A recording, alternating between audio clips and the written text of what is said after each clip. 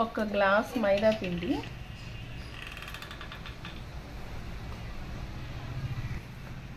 కొంచెం తినే సోడా, కొంచెం ఇంకో జస్ట్ కొంచెం నెయ్యి అంటే ఒక 2-3 స్పూన్లు అంతే. 1 గ్లాస్ పిండికి 1 గ్లాసు షుగర్, దానికి 1 గ్లాస్ వాటర్, 1 గ్లాస్ వాటర్. ఇది పక్కన పెట్టేసుకోవాలి. ఈ పిండిలో నెయ్యి వేసుకున్నాం కదండి, దీంట్లో కొంచెం పెరుగు వేసుకోవాలి. పెరుగు కొంచెం 2 స్పూన్లు పెరుగు, ఎక్కువ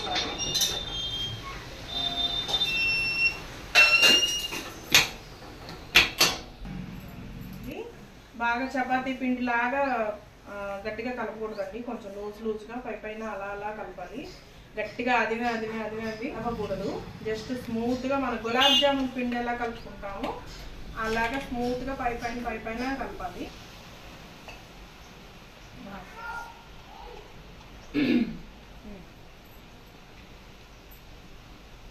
కొంచెం వాటర్ చూసుకుంటూ కలుపుకోవాలి.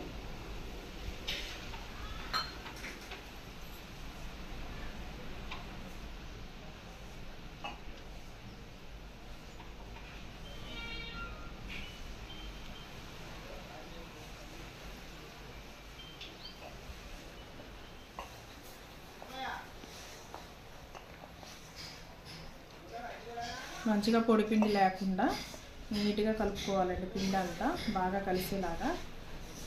గట్టిగా అయితే పిండిని ప్రెస్ చేయకూడదు, పైపైన వేళ్ళతోనే కలపాలి. అలా అయితేనే నీట్గా వస్తుంది.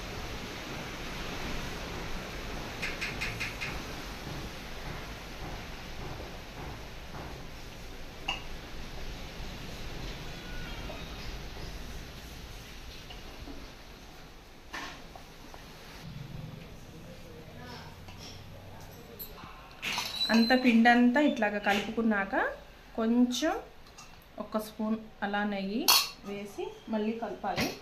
కొంచెం కలిపేసి పిండికి ఒక అర్ధగంట వరకు రెస్ట్ ఇచ్చేయాలండి.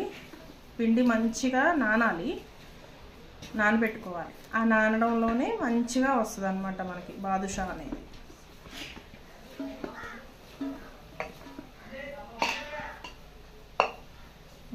ఇలా చేసుకొని నానబెట్టేసుకోవాలి ఒక అర్ధగంట.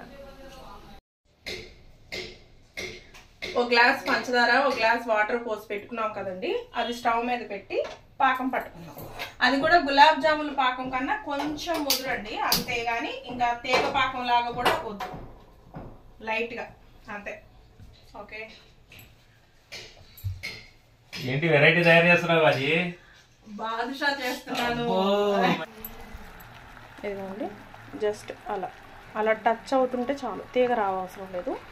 ఇలా వచ్చేసిన తర్వాత మనం నూరి పెట్టుకున్న ఇలాచీ ఉంది కదండి, ఇదిగోండి, ఇది కూడా దీంట్లో వేసేస్తున్నాను. మంచిగా తిప్పాలి.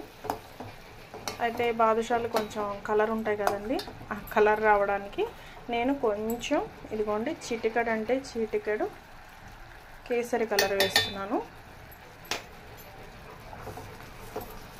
ఇదిగోండి, ఇలా ఈ పాకం మనకి చిక్కగా అవ్వకుండా ఉండాలి అని అంటే ఇదిగోండి 1 స్పూను నిమ్మరసం ఆ పాకంలో వేసి అలా తిప్పేసామంటే ఇక పాకము గట్టిగా అవ్వదు, ఇలాగే లూజ్గా ఉంటుంది, మనకి మంచిగా బాదుషాలకు పడుతుంది అన్నమాట. ఓకేనా అండి? పాకం అయితే ఇలా తయారు చేసుకోవాలి. ఇదిగోండి, ఇలాగా పిండి అంతా చక్కగా ఇలాగా సమపాళ్ళల్లో అనుకొని చాక్తో కట్ చేసుకుంటే ఒకటే లెవెల్ వస్తాయి అన్నమాట మన బాదుషాలన్నీ.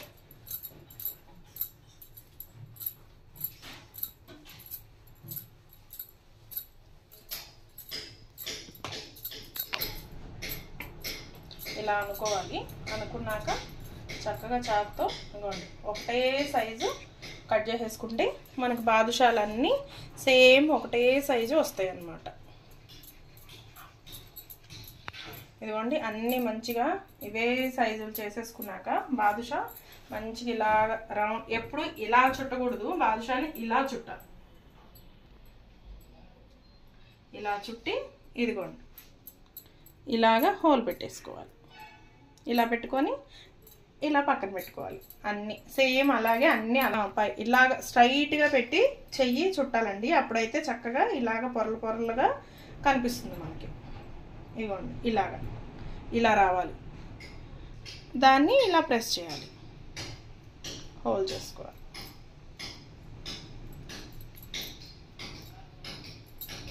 వచ్చినాక బాదుషాలు ఒక్కొక్కటి తీసి మనం కాసుకున్న పాకంలో వేసుకోవాలి. ఇదిగోండి మ్యాక్సిమం ఈ కలర్ రావాలి. ఈ కలర్ వస్తే కానీ చక్కగా ఉంటుంది అన్నమాట. ఇదిగోండి ఇట్లా ఒక్కొక్కటి తీసేసుకొని బాదుషాలు పాకంలో వేసేసుకోవాలి. ఎప్పుడు స్టవ్ సిమ్లోనే పెట్టి ఇవి వేయించుకోవాలండి. అస్సలు హైలో పెట్టుకోకూడదు, అస్సలు బాగోదు. ఇదిగోండి ఒక్కొక్కటి తీసేసి చక్కగా ఇదిగోండి మనం చేసుకున్న పాకంలో వేసేస్తున్నాం. ఒకసారి చూడండి.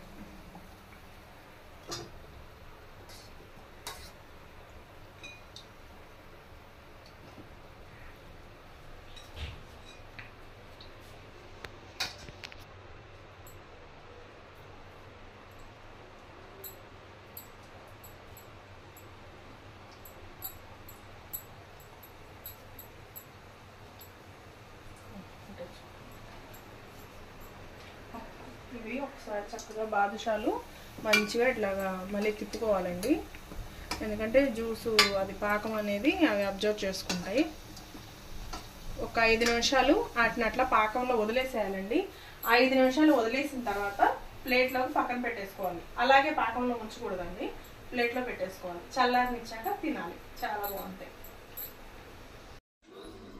బాదుషాలు రెడీ అయిపోయినాయండి. టేస్ట్ చేయండి, ఎలా ఉన్నాయో చెప్పండి.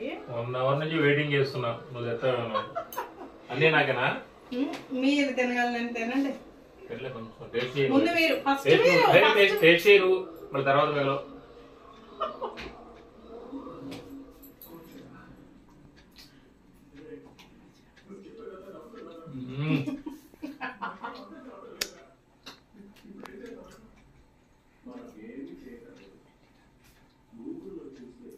బాగున్నాయా? ఎలా ఉన్నాయి?